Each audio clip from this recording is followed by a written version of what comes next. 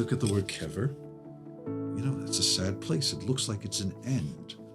You rearrange those letters, it spells boker.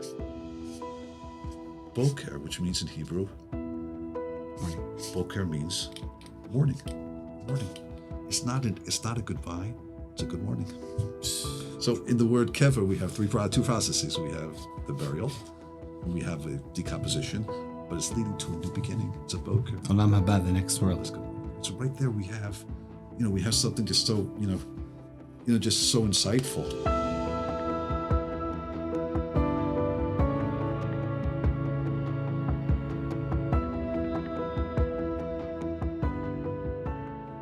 Today's episode is sponsored by Boris M Tax Planning and Advisory. Schedule your free tax strategy session online and get started now. Call us at 212-430-6881 to learn more.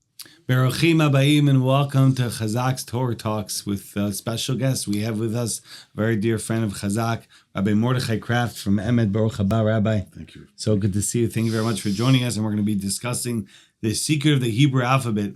A very exciting topic, but before we get to that exciting topic, we get a little bit of background about the Rabbi and the great work you're involved with. Sure. Thank you. First of all, thank you very much for having me. Of course.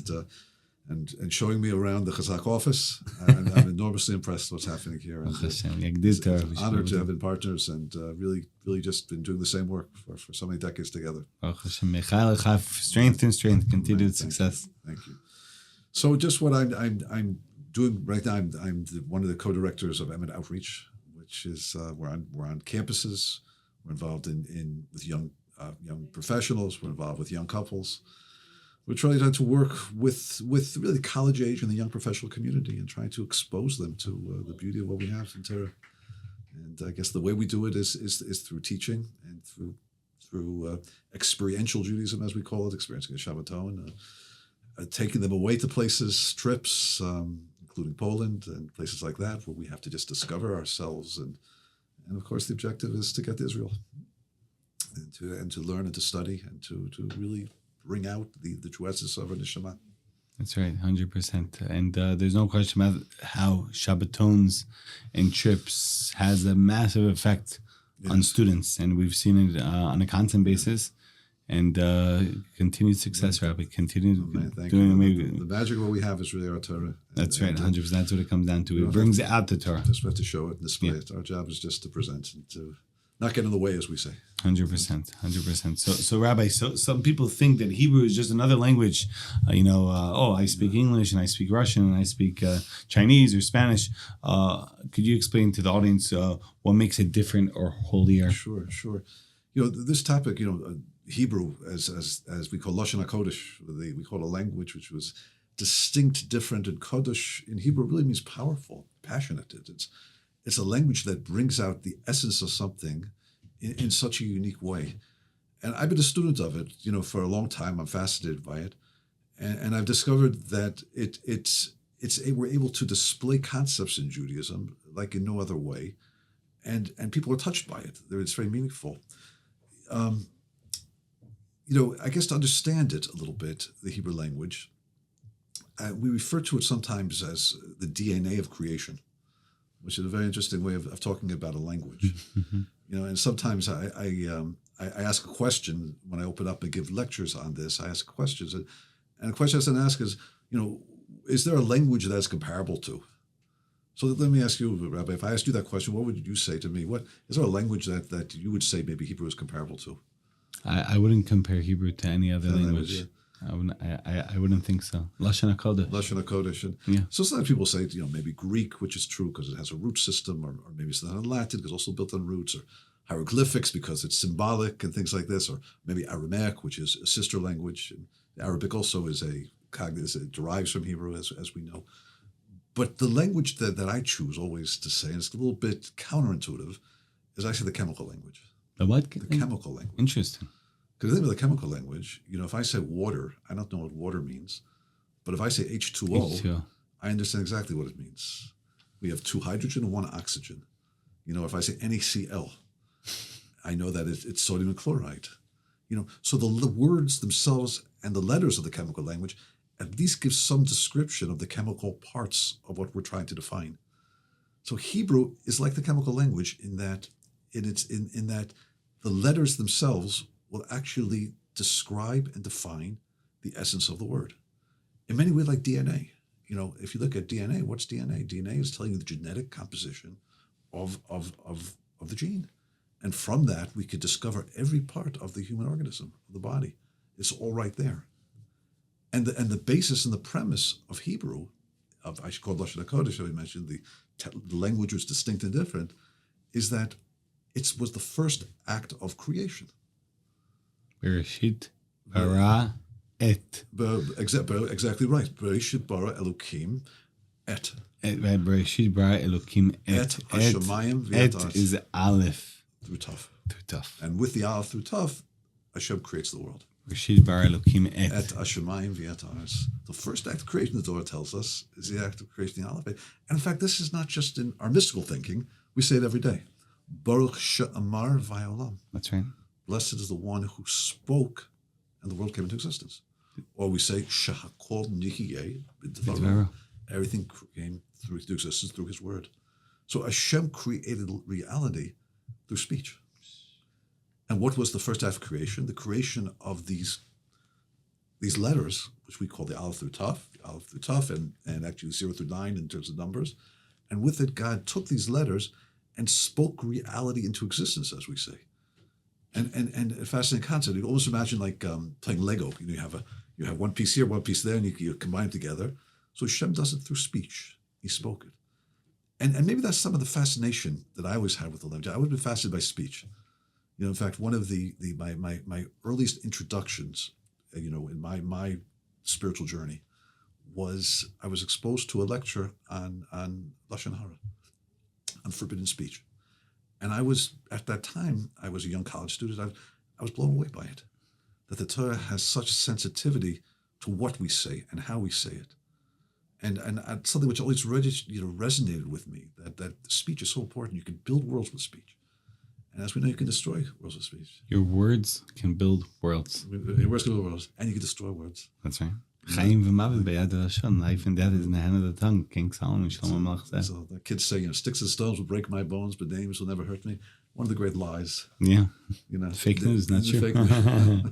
Right. Words can destroy. Definitely. And they can create, and they can build. And that's why what we say as Jews is so important. Has an effect. And how we say it, and what we don't say. And offering encouragement, and just trying to build. Because Hashem creates a world with words. And that's some of the power of speech that we possess.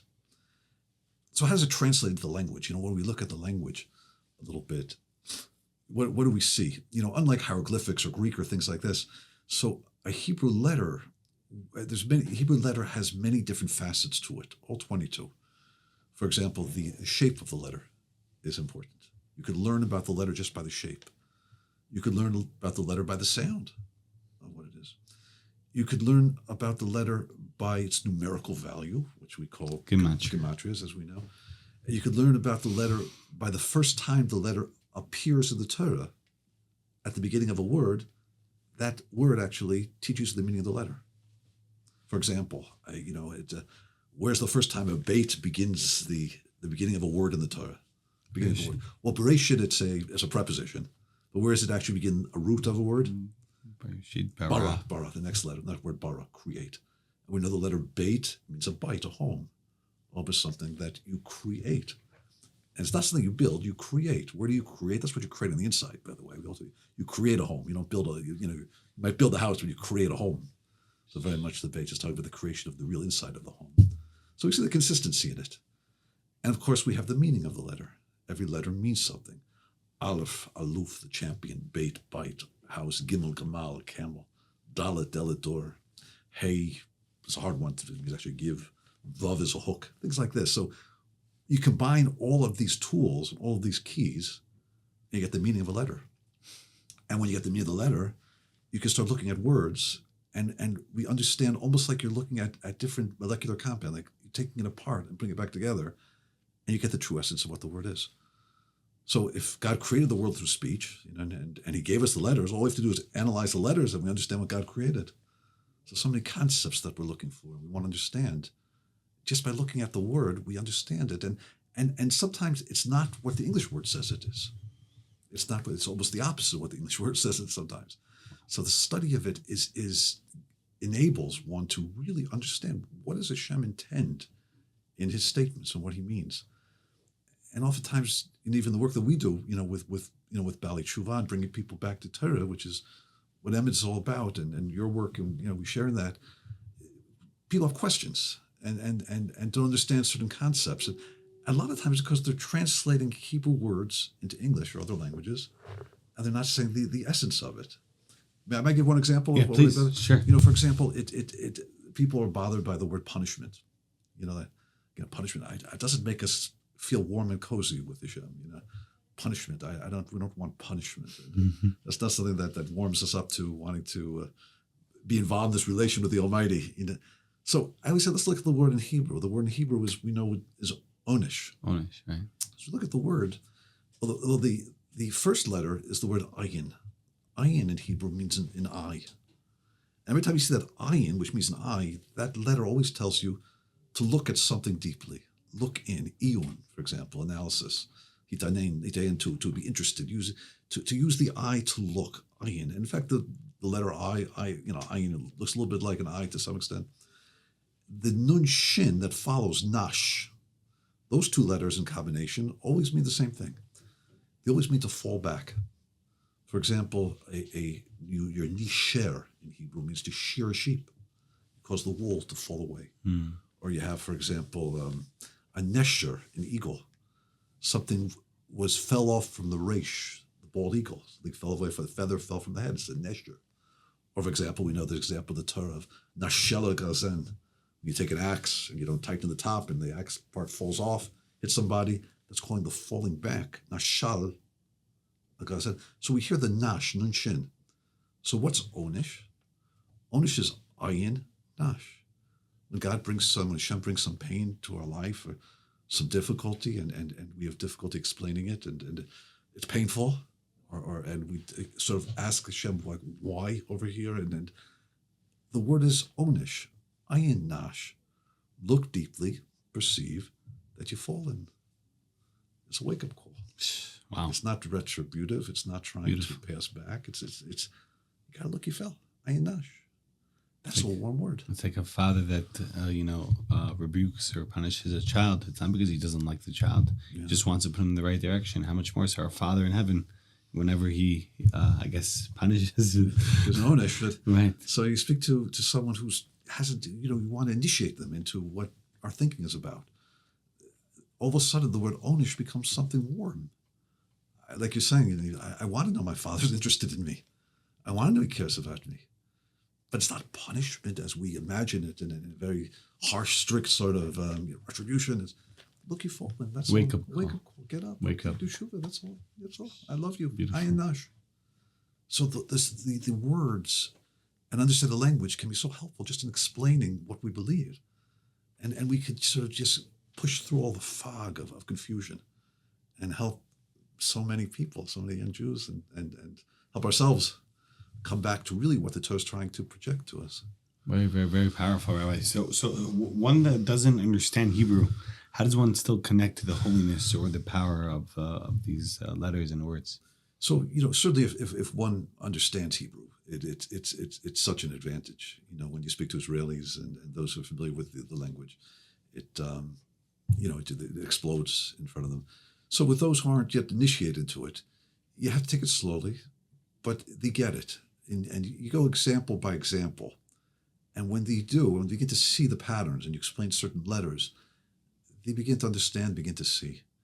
And I believe it's effective, very effective. I mentioned I've done some lectures over a number of years. They've been on Turning Time for many decades, and it's and I see a lot of people who are watching it have never been exposed to the language, and yet are very moved by it.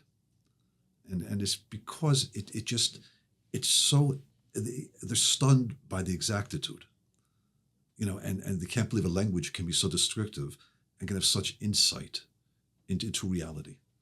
And when we get to see that, it just wakens them up. And I sometimes feel, when we do presentations or seminars or where we're trying to show what we call maybe Yesodi Amuna, the foundations of faith, or the truth of Torah. So we talk about prophecies that only the Creator of the world can know, and we talk about codes sometimes as we go inside the Torah, or we show the magnificence of how we survived throughout history. But I feel maybe the most powerful lecture we can do is the lecture on the Hebrew language, because people are interested in how to live their lives, and they're interested in what things mean. What does love mean? What does, as we mentioned, what does punishment mean? What's truth? And all of a sudden, the letters just open it up and expose it, and it becomes so real. And how could a human being have created such an exact language? I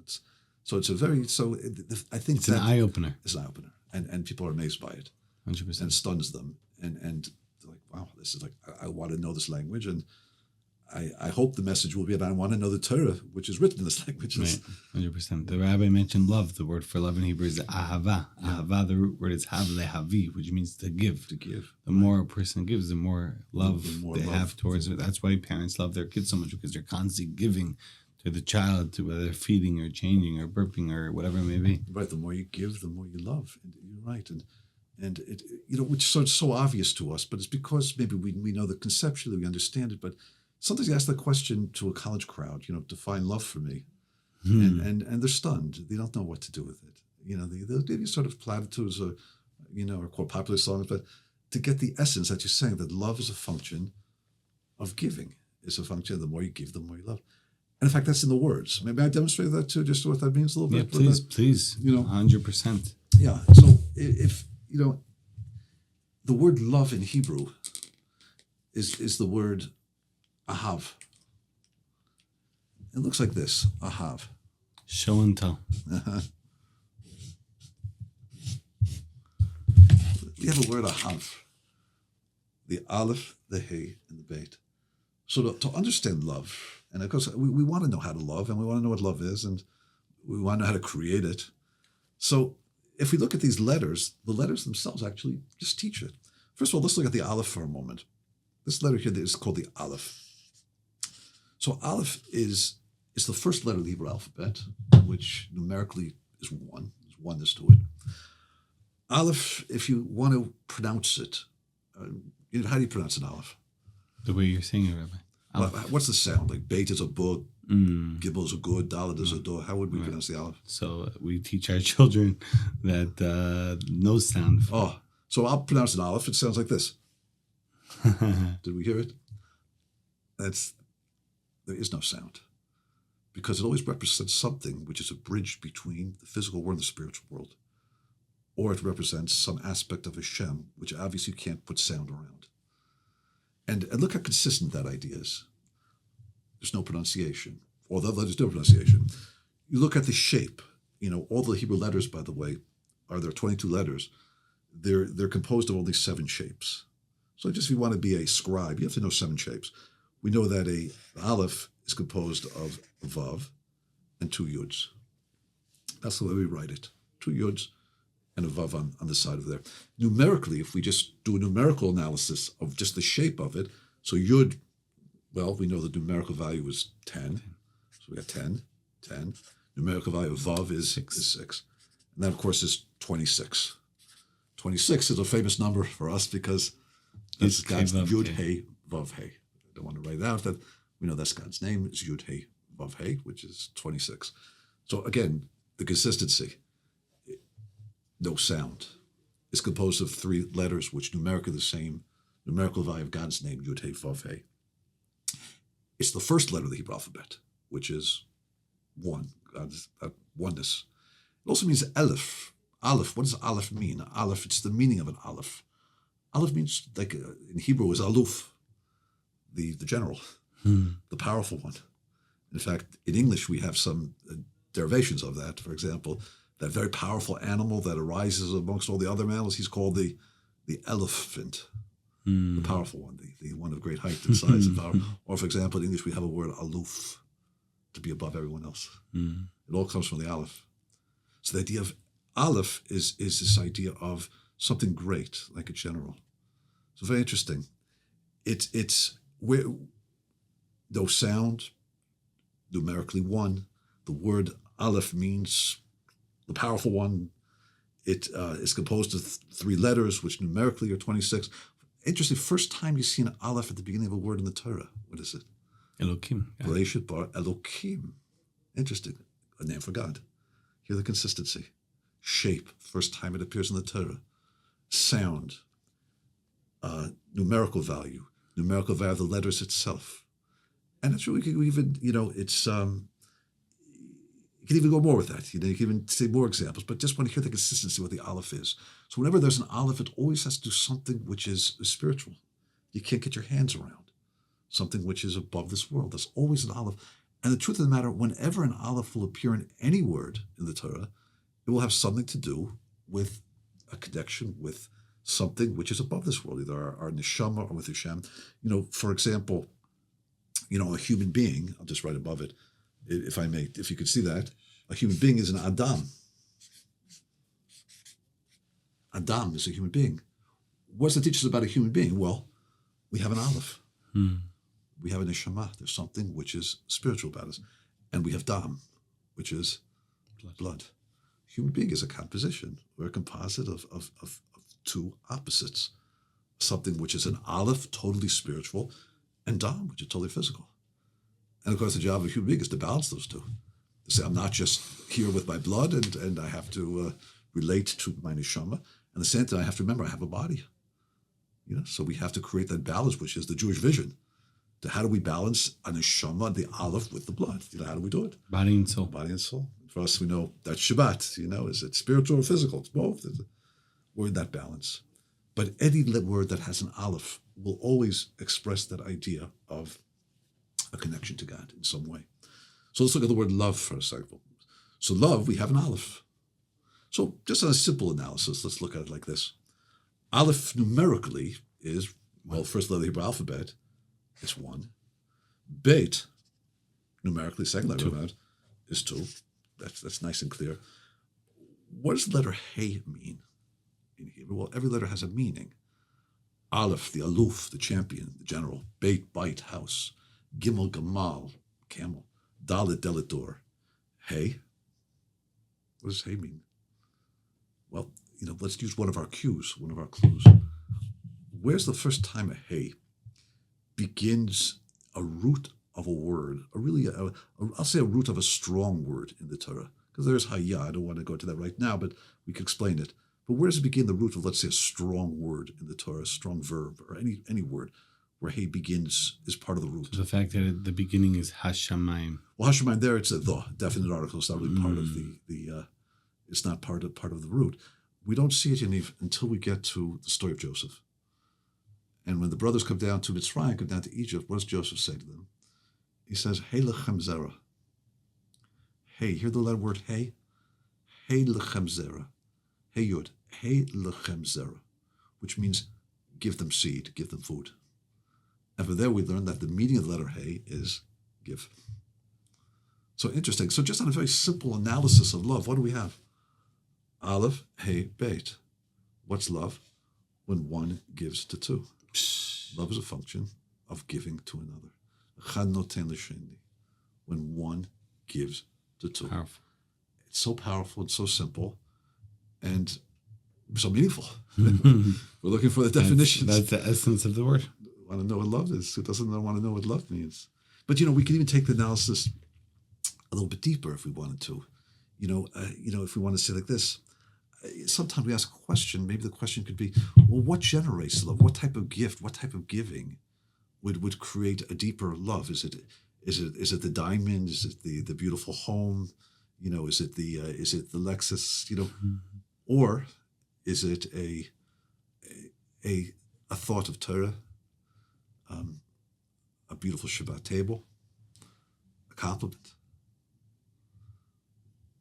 So, I sometimes ask this question to students, and obviously they know what I want them to say, but I want to show them why we're going to say what we're going to say. Because what does the letter teach us? What does the word teach us? Well, one gives to two, but what should you give to the two? What should you give to the beit? What should you give to the other? Aleph, give to the beit. Give them an aleph. What does it mean to give them an aleph?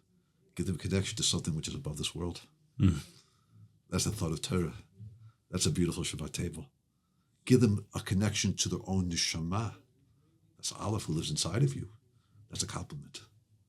And you show a person, well, I really value your patience, your kindness, the way you're so considerate, you're so self-centered. That's showing a person really what's inside themselves. That's a real compliment. And that builds love. The value of the gift is really when you give an Aleph. Of course, we need to give other gifts too, don't get me wrong. But the word is so meaningful in describing what love is and how we create love and what is the gift that needs to be given. And maybe it answers a lot of our questions that we have. Why maybe so many relationships don't work or aren't succeeding the way we'd like them to succeed. It's because maybe we're not giving the right thing. 100% true. There's a very well-known thing that a husband is doing very well financially, and he gives her the credit cards, and he gives her the diamonds, and he gives her this, and she's still not happy. Yeah, right. And now we can understand. He's giving the wrong. Right. He would like to give the right gifts, but doesn't know what it is. And again, when we see this, and we see how the Hebrew language just lays it out. So when Hashem creates the idea of love, he took an aleph, he took a hey, he took a beit, and he spoke it into existence. Av. And now there's a concept of love. And we understand love, so just work backwards, dissect the letters, and we get insight into the concept that the world seeks. We're looking for this. Every popular song is just asking this question. And who isn't asking this question, what it is? And we have the key. So I think the answer to your question, what enables the non-Hebrew speaker to get excited by it, it's just demonstrating it. Because we do crave love. We do crave understanding for these ideas. We want to know how to get there. And we say, wow, that's a key. That's a roadmap. It's like, where'd you get this roadmap? Very, very true. So what would you say, Rabbi, is the great secret, the secret behind the Hebrew language? The secret is really, this is, as we've mentioned, this is really Hashem's act. This is the way Hashem created reality, created the world. And that the letter has so much insight and so much meaning. There's no language like that in the world, that I mentioned, the chemical language. So we call salt NaCl, but why we call sodium and chloride? That's we've just chosen it, so it's a randomness. The fact that we could find in the letters so much consistency, both in sound, shape, meaning, numerical value, meaning of the individual letters of each letter. That type of consistency is something which is so perfect and so consistent throughout every word that there's no language like that. There's a Lashon HaKodesh. And we're privileged to possess it. It's one of the things we thank Hashem for. You chose us from all halishonot. Because of all the languages. So that we have access and possession of this. It's God's gift to us. It's a really enormous gift to the Jewish people. And that's something which I really want, our students to see and understand, to know we have something which is a formula. You want to unlock meaning in life, you got to get to the language. You got to go right to the core, right to the DNA. Rabbi, I enjoyed so much the breakdown of that word. Could we just do, for the sake of the crowd, the listeners, another word, please, Rabbi? Sure, we're happy to. I really enjoyed it. Yeah, sure. I could just, it's really, it's limitless what we can do, to be honest. And I keep growing and understanding it also. It's also, like studying a science, you just keep going down and down and getting more information. And I continue to be amazed. But, sometimes, just simple things I like to look at. For example, let's say, I like the word like emet. Truth. The word truth. Organization. Yeah. I like the name, right?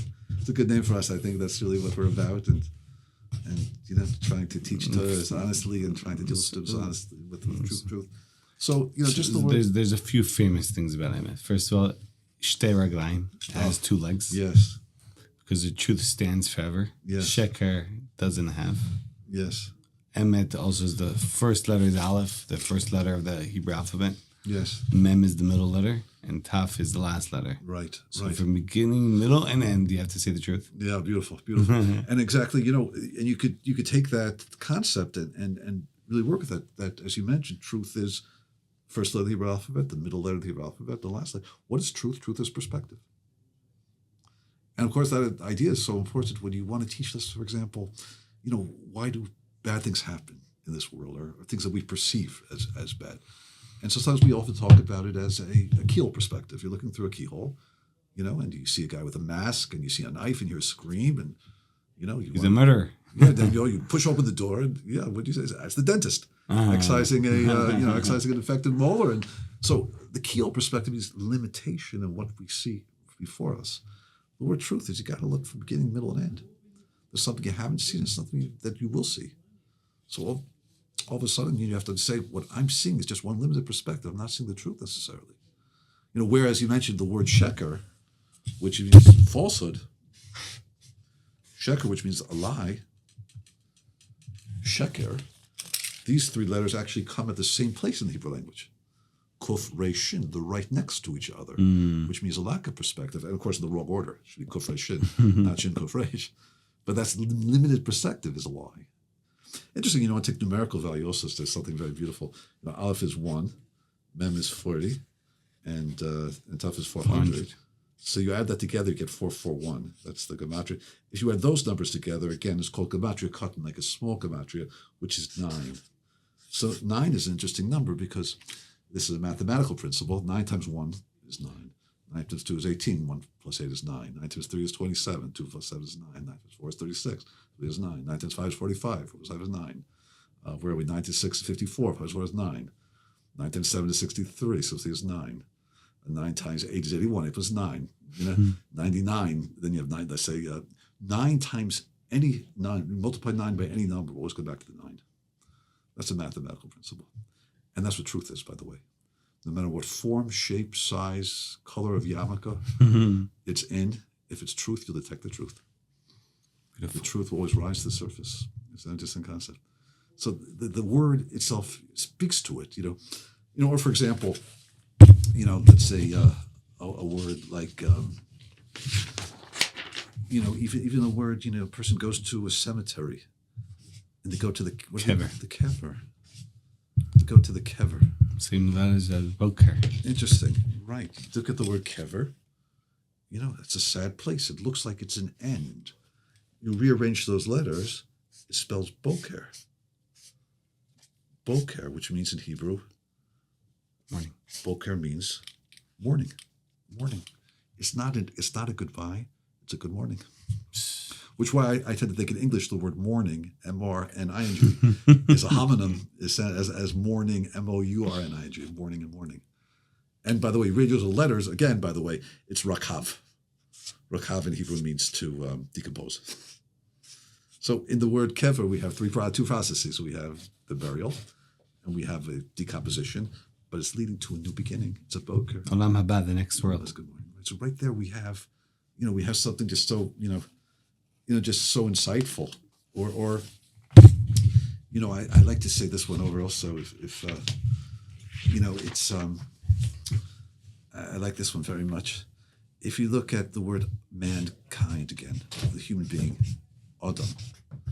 So we mentioned that Adam is a human being, and again we know there's an Aleph, we got a soul. There's Dam, we have blood. It's interesting. What makes the human being unique is something very interesting. We're very different than the animal kingdom, as we know. And the reason is we can use speech to have a relationship with the Almighty. That's what differentiates us from the animals. We're able to articulate our speech. Right. And we know speech is a function of the neshama, that Adam became a speaking creature when Hashem breathed the neshama into him. As the Targum we know says, he gave a ruach memamala. So speech is the soul. Speech, our ability to speak. When we speak, we're emulating Hashem in the deepest possible way. And again, that's what we can create through speech. We can change people's lives with speech. Yes, we know that as teachers and rabbis, we know the power we have and who, because it's from the neshama. Speech is neshama. And when neshama speaks to a neshama, by the way, it's very powerful. It's not for tonight's discussion, but I always think, that, the way to tap that is through silence. that when a person allows themselves to be silent and doesn't allow the body to hijack the speech, so to speak, the real speech comes from the neshama. Oh. And people can really communicate. They have to learn that art of silence. As we say, it says the Pergyavos, Gedalti min chachamim, my grandma's chachamim. And what did I learn? Shtika. I learned silence. That's what you learn from the sages, silence. I want to learn wisdom. There's such wisdom in silence. Because when one is silent, the wisdom can enter. It enters. And it comes out. The body doesn't hijack it, as we say. That's the language a little bit more. It doesn't hijack it. So I tell people sometimes, even I say, if you want, so it's dating advice. My dating advice, a little counterintuitive, I say, you want to have a good conversation on a date, going nowhere. People everyone can relate to that, especially young guys, men and women. I said, you have to cultivate a little bit of silence before you respond. Silence the body at the moment, just not in a weird way and not in a uncomfortable way, but a little silence. And what you'll say oftentimes will come from your neshama. And that's powerful. That will enter, as you mentioned, enter the other person's neshama. And he'll or she'll respond back with something deep. All of a sudden you're talking. All of a sudden there's dialogue. It's my dating advice. We'll do another podcast. For all the singles out there. We'll do another podcast on dating advice through speech, how to understand speech. Powerful. But I'd like to say like this, that what makes the human being different than really the animal kingdom is that we do have speech, as we know. And we can have a relationship with our Creator through something which we call prayer. Which is through prayer speech. Through speech. And the word, we use is the word mitpalel. Just write it out there. Mitpalel, like that. To pray. Mitpalel, right, which means mitpalel, pilel in Hebrew means actually to judge. So mitpalel, it's reflexive, means to be in a state of judging. So one's actually before the Almighty in prayer, one is actually analyzing oneself through that conversation. When we're asking for $10,000, I need $10,000. I need a down payment on the new, on the new Mercedes. We don't feel like we're really who we're supposed to be, but I need the money because I want to build another room with a shower so guests should be comfortable. You understand yourself through your requests. Your mitpalel, your self-analysis. But I would suggest something like this, Yaniv, that, how did God create the human being? He created the human being by taking an aleph, which represents or is the spiritual core of our neshama, no sound, oneness, and Shem combines it with dam, a dalet and a mem, which means blood. Now we have the synthesis of the human being. But if this is the DNA of a human being, it means that the most important aspects, or every aspect of a human being, has to be revealed through the aleph, dalet, mem. And what really makes us different than the animal kingdom is that we can have a relationship with Hashem through prayer, which we call mitpalel. It must be encoded, because this is DNA. DNA encodes the entire genetic structure. It's all there. The chromosomes, all there in the DNA. So where do we see the idea that the essence of the human being is that they can have a relationship with Hashem through mitpalel, through prayer, in these three letters? Where do we see that? So, watch this. If I write out these letters, I write out the aleph. I'm going to spell it. I'm going to speak it out, it's called. I'm going to take the letter aleph, and I'm going to write the word aleph. I write the word aleph. It spells like this. Aleph, lamed, Pei. Aleph. I take the dalet, I speak out the dalet. Dalet. I spell it like this. Dalet, lamed, tough. I take the mem and I speak it out. I say it. I have mem, like that. So I have aleph, dalet, mem. So if you look at this for a moment, if I take the first letters, I have an aleph, a dalet, and a mem. Of course, that spells Adam. So, and if would you tell me, what would you read if you read these letters backwards? Start on this side. Read it backwards. What's it spell? Lel. It's amazing. Coded in Adam by just writing out the letters Aleph, Dalet, Mem, speaking it out. So in its long form, as we call it, what do we have? We have what makes the human being different than the animal kingdom, that we can have a relationship with the Almighty by being mitpalel. That's DNA. That's amazing. But I'll tell you, one time, I was giving this lecture one time. I remember it was at St. John's a long time ago. And a particular young woman, she said to me, Rabbi, that's not true. It doesn't spell mitpalel. it spells mit lapel. Mit lapel. It does about mit palel. So it's mit lapel. So I stopped and I thought about it. I said two things. I said, first of all, number one, it's still pretty good, isn't it? Like, what are the odds that we have all the letters of mit palel almost in perfect order in the word Adam, and that's what makes us different than the Kingdom? It's pretty good.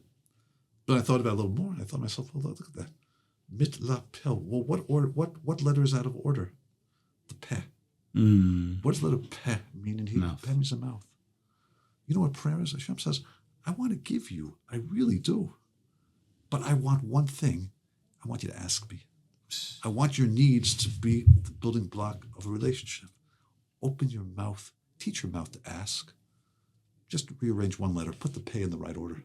Put the mouth. And Lavan means teach. Teach the mouth to open. Just put the peh in the right order. That's all I'm asking of you. So I thought to myself, no, that is mitpalel.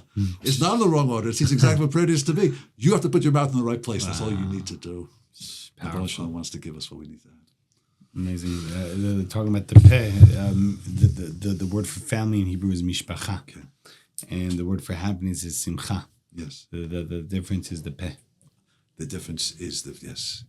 Mishpacha and simcha. You want simcha in the family? You have to keep your mouth. You have to keep your mouth right. And so many other examples. I enjoy this very much, Rabbi Kraft. I might just have one more. I'll just have one more if I have a moment. I always say this, that Hashem created the world through speech. Again, right? Baruch Sha'amar. It's all speech, and that's why our speech is so important. Again, that's really the hidden message. In Judaism, we're always pushing about the importance of not speaking lashon hara, about lashon tov, and speaking good and positive. We create worlds of speech, and we destroy worlds of speech. We know that, and that resonated with me in my early spiritual journey. That's what I was inspired by. That these ideas of lashon hara. I was amazed with the Torah. It's coded speech, and we have to understand speech on a deep way. And that inspired me a little bit to get inside the language and to share it with others. But, it's interesting. If God creates the world through speech, what does that mean? He really created something from nothing, which yesh ma'ayin, as we say. And how did he do it? Through speech. So I like to say it like this. It's very interesting. Whenever you see a magician, so a magician... Abra? You don't say it yet. a magician, I got to hear the story behind it. What does a magician always want to do? A magician wants to really pretend they're creating something from nothing. The only one who creates something from nothing is Hashem. But that's the illusion they want to create. Like, look at this hat; it's empty, and then they're going to pull out a rabbit. That's something from nothing. That's the illusion they're creating. And it's interesting that when a magician speaks, so throughout the world they have a formula for that, which is abracadabra. Abracadabra. So interesting, in the Sefer Yetzirah, which is attributed to no other than Avram Avinu. The opening line of the Sefer Yetzirah, where this is the book of creation, where he describes the aspect of creation. So it opens up like this. He says, Abara Kedabra. Abara Kedabra. The opening line of the Sefer Yetzirah, the book of creation, is Abara Kedabra. Abara means I will create. Kedabra, as I speak. Abara Kedabra. Abara Kedabra. Abracadabra. Unbelievable. So, the world unknowingly has known this all along, that God created the world through speech. And therefore it's the language and the letters of the Hebrew alphabet which indeed are the building blocks of the entire creation and of every concept and everything that we're looking for can be found right there in that beautiful Hebrew language, which we possess. Well, unbelievable. Rabbi Mordechai Kraft, very, very, very inspiring. We have a minhag, a custom. One last final message for our broader audience. My message is we have to know the language. We got to know it. Got to study it. Got to learn it. And know it. People of the book. That's why we learn. We got to know this language and do everything we can to know this language. Any books or any ways that you suggest for people to explore more, to learn more? To find, I do have something online, just if people want sort of an overview of this. It's called the Hebrew Language Creation, which has been, you can see. But to learn the language, just to learn the language, even just to know it, Hibrit Modernit, even just to know Hebrew, you're already in it. And the more we could study it and know it and even take classes, get a teacher. It's get to know it, familiarize yourself with it. It's worth the time. It opens up everything. It's a different tefillah, a different prayer, different. The psukim are different. It's a different discussion as we see. We understand concepts. Onish doesn't mean punishment. It's a negative word. Ayinash, look deep, you've fallen. It's a different word. So to get to know the language, do whatever we can. I wish I could recommend one book. It doesn't really work the way I learn it. We got to do it. It's learnable though. It's logical. It's a lot. It's not like English, which is illogical. I'm happy I'm an English speaker. I could never learn it. It's not like other languages. You can learn it. There's logic to it, and once we get it, there's a root system. You have to know suffixes and prefixes, and you can do it. You can do it. Everyone can do it. Everyone can know it, and it's yours. It's ours, and we possess it. And it's one of the most beautiful treasures that Kodesh Baruch Hu has gifted us.